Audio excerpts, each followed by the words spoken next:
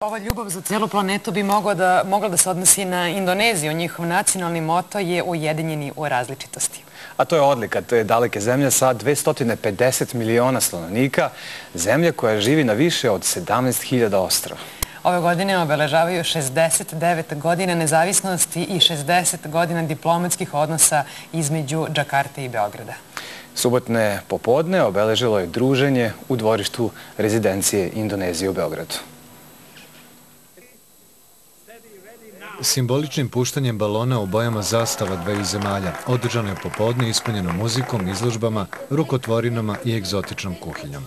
U ambasadi godinama rade kulturne grupe za tradicionalni ples i muziku Gamelan i Angklung. Na instrumentima od bambusa ovako zvuči Tamo daleko.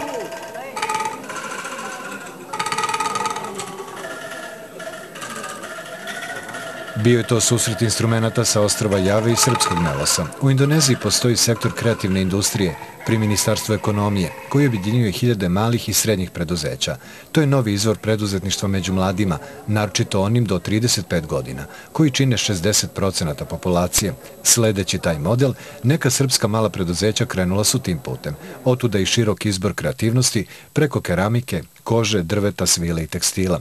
Saradnja između Indonezije i Srbije oduvek je bila dobra i jaka i tako već 60 godina. Kada je o obrazovanju reč, sve više studenta iz Srbije odlazi da studira u Indoneziji preko programa Dharma Siva u oblasti umetnosti i kulture i Kemitran Negara Barbekbank.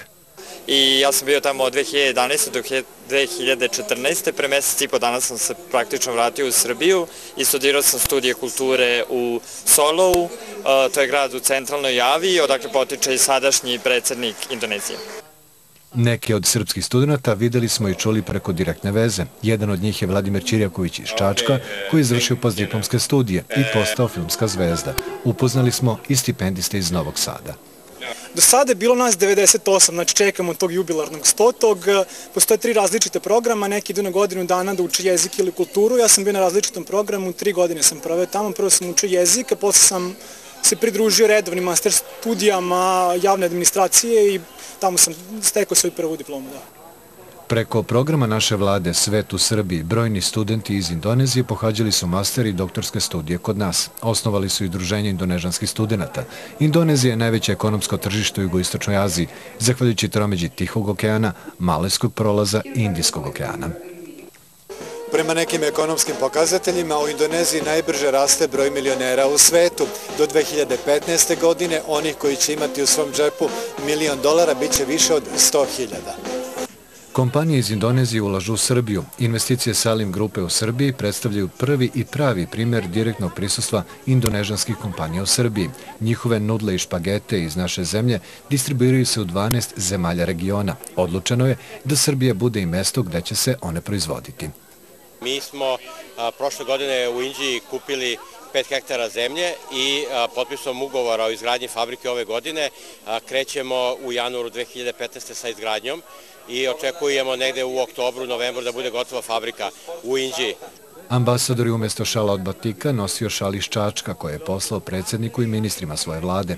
Kaže da će pomoći uspostavljanju veza dve prijateljske zemlje omogućiti i prvi rečnik.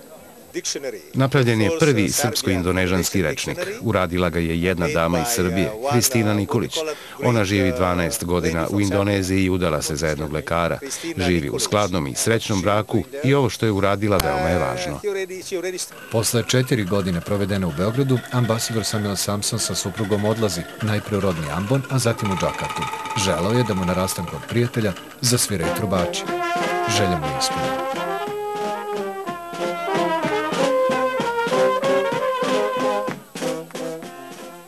Evo čestitke i tamo daleko i za Indoneziju. Da, tako.